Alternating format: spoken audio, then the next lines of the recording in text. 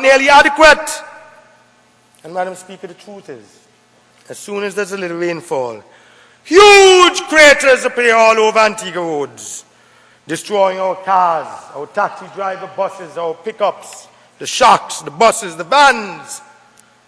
And let me not even speak about the residents, because I feel so shame and sorry for them in Lightfoot West and in Gunthrops and in Painters. They invited me and Senator Joanne Messiah to a meeting about 2 weeks ago. They signed petition to the Minister of Public Works. He has to be the most uncaring Minister of Public Works that I've ever seen. At least when the Honourable Member for St. Philip's South was there, he would listen to you and he would give instructions and send out his men. This one don't care. He don't care. He don't care.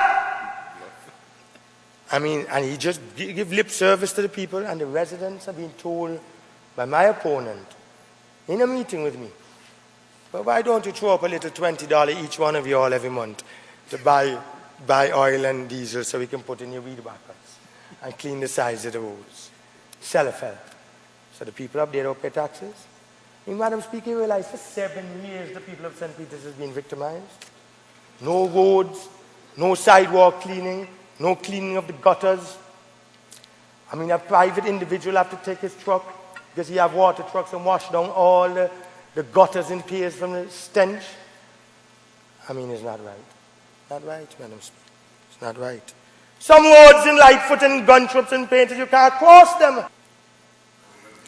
But they pay their fair share of taxes, land.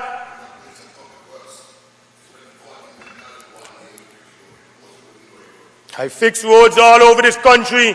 I was the best Minister of Public Works. I empowered 80 young men in this country. Each one of those 80 men employ nearly 60 people, putting better than yours, jelly bean. Proper sidewalks we built, and we empowered people. That's what the Antigua Labour Party did. We employed 80 small petty contractors, each of them employing another 40, 50 people each week. And that is what the minister, the good member for St. John City West, have been telling you all. You have to jumpstart the economy even with small things like that to create employment, create civic pride in the country. You know what you all did when you all came to office? You all fire all them 80 petty contractors and you all give a few people who have them big machine that clean the side of the roads. The big machine that clean the side of the roads. The big machines like what Hani and them having a few people, Hani Soul is. And you all displace those little people that were doing it with their cutlass and with their weed whacker. Come on! So you displaced nearly 80 small contractors who employed other people. Maybe 400 or 500 people were employed and hires 10 small contractors with them things. Can't be right. Madam Speaker, but I could continue all day with example after example, like the 30 tourism projects announced by the Minister of Tourism, and we have not seen one single tourism project. Like the projects coming but they can never reach. Like the wealthy individuals who have more money than Alan Stanford, that the Prime Minister told us he has to invest. Sure, in la-la land fantasy. At best, they ruin a nation. Like the mistaken view, Madam Speaker, that Venezuela will be our new godfather, like Trinidad and Eric Williams was in the 1970s. Hugo Chavez is the new godfather of these ALBA signing countries. A nation reels under incompetence, Madam Speaker. We need new elections, Madam Speaker. We need a new mandate. It is time for the music to stop. Time for the fat cats to get off the gravy train. The people can take it no longer. So when the Minister of Finance, the Honourable Member for St. John City East, signs this new IMF agreement and introduces new taxes in 2012, because more taxes are there to come, Madam Speaker. New misery. It will be for the time, a time for the people to move. It will be time for the people to chase this government out of town, Madam Speaker. This administration needs a new mandate. The people of Antigua and Barbuda need to be given a new opportunity to determine if this administration is likely to deliver prosperity and to lead the nation out of the doldrums. because we are in the doldrums. I've never seen it so bad. In all likelihood, the Antigua and Barbuda electorate, given the opportunity, will vote no. For this very reason, Madam Speaker, the regime will not go to the polls. Further, it has done its best recently to fix the Electoral Commission in a way that would compel a skewed result at the next polls. We must resist this. We will resist it on this side. Aren't we taking this issue before the courts?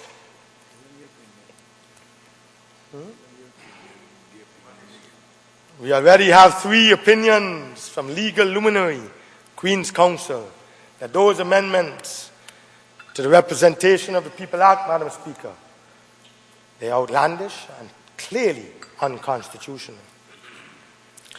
But in all seriousness, Madam Speaker, as my time comes to near a close, I have more time, Madam Speaker.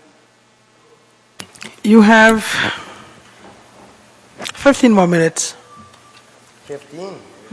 I don't want to speak for so long, Madam Speaker.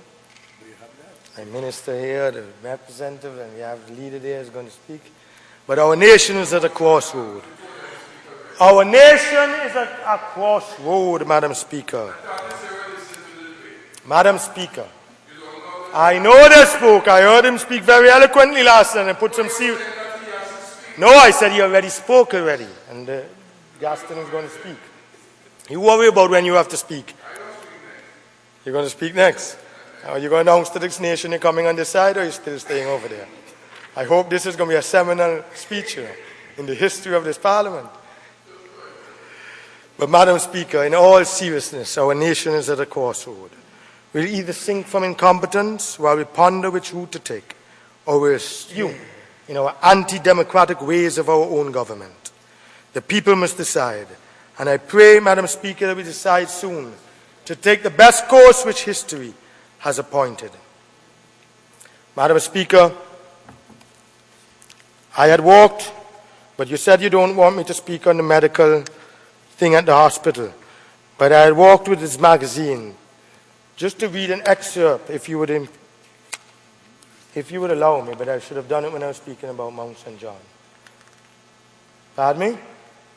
An excerpt on what a question was asked of Dr. Joseph John, Madam Speaker, and I think it's apropos in terms of what does he think medical tourism, if it's a viable option for Antigua and Barbuda. And in his opinion, is Antigua and Barbuda could do more in terms of both public and private health. And I just wanted to read what his vision for Mount St. John Medical Center and public health care in Antigua. So his vision when he built the hospital, because he built it under the mandate, our government. He was the key technical person under our Labour Party vision. Can I read it, Madam Speaker? Or I can. So it says, has your vision for the Mount St. John Medical Center and public health care of Antigua and Barbuda materialized? He said, Dr. John, not yet. Yes, indeed, there's now a first-class, even a world-class physical facility here. But our vision for Mount St. John was that it would be a state-of-the-art facility delivering first-class secondary and tertiary care to Antiguans and Barbudans. At the same time, the facility itself will become a regional center, developing certain specialties that were not available in other islands. The medical tourism aspect of it would not only be limited to the region, but in some instances, the international market. Telemedicine, and I understand that they do a fair share of telemedicine right now. Telepathology and teleconferencing was also to play a big role. You know, Madam Speaker, when you have a surgeon operating you on the surgical table, you have the cameras and it's hooked up via the internet to another surgeon. You all didn't invite him, man. You all fired him, man. Madam Speaker, I still think, if he's the best, I still think that this can yet happen one day. It was a very positive response. I mean, he wasn't playing no politics here. In your opinion, is Antigua and Barbuda the way it could be in terms in both public and private health care? No question we have come a long way in healthcare delivery in Antigua and Barbuda, both in the public and private sector over the past 15 years. No question we have come a long way in healthcare delivery in Antigua, both in the public and private sector. He's being fair. Over the past 15 years. Over the past 15, you have been owning government 7. But I don't think we have taken that quantum leap yet. My thoughts as to what that is, or for that matter is not, involve a myriad of reasons, some of which may be beyond the scope of this discussion. He was being diplomatic here. I would just say this. Like many things in other aspects of Antiguan life, a greater degree of utility and open-mindedness on all levels would form the basis and the way forward towards that leap. Do you think medical tourism is a viable option for Antigua and Barbuda? You spoke about it when you were the Minister of Health. Why you have not implemented up to now medical tourism in your business plan? But you're speaking and speaking about it, and where is the tangible evidence? Because all the tourists that coming here, even the people that live at Mill Reef, even the people that live at Jumbi Bay, they run go by Joy, even though his fees a lot more than Mountain John, they still go by him. So you tell me where's the medical tourism? Absolutely not. Absolutely not. Honorable members. Absolutely. Oh, please. Please.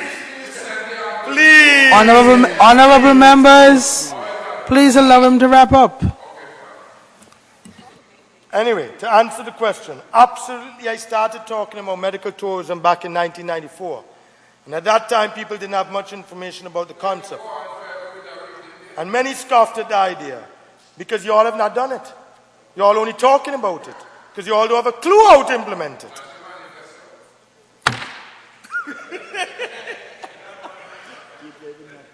There was a big window of opportunity, I would say, during the decade following 1998. In terms of regional medical tourism, this would have come about quite naturally had Mount St. John been developed as a center of excellence.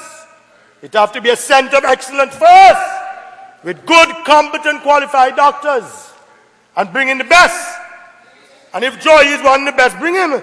Or Belazir and Babu. We would easily have drawn from the surrounding islands. Let me finish, Madam Speaker. Madam Speaker. Honorable members, please let him finish. We would easily have drawn from the surrounding islands. Which island you draw from? We would have easily have drawn from the surrounding islands, Madam Speaker. And in some cases, even the bigger islands, as happens now in my practice. You hear what he said? Even the bigger islands, as now happens in his practice. Because he have surgeons coming in from Trinidad to fix back. He have surgeons coming in from Orlando. All of that. As there has been many services that are not offered in the region. In terms of the international forum, the plan was to concentrate on areas known to attract medical tourists, such as bariatric surgery and cosmetic surgery. During my 10 years as medical superintendent, I had many discussions with groups in the United States and Canada who were interested in bringing direct pay, non-insured patients to Antigua at reduced cost to the patients. The key to this becoming a reality, however, is the development of a first-class tertiary hospital offering a wide array of subspecialties, delivering care at the highest standards. This has to be achieved before we can begin to talk about health tourism. So before we can speak about health tourism, you need to fix your problems up there and have the best, excellent service up there. Thank you, Madam Speaker. Madam Speaker, in concluding, members of this Honorable House, citizens and residents in general, Honorable Prime Minister, my beloved constituents of St. Peter, in particular, his name shall be called Wonderful Counselor, the Mighty God, the Everlasting Father, the Prince of Peace. Isaiah chapter 9, verse 6. Madam Speaker, as we prepare to celebrate the birth of the Prince of Peace, we give thanks to God Almighty for his continued protection to us as a people. At this festive time, my heart and that of the entire ALP leadership goes out to the many families that would not be able to have a Merry Christmas for lack of financial resources. But I pray that the humble family of Nazareth will rekindle love, peace, respect, and tolerance in our hearts and homes.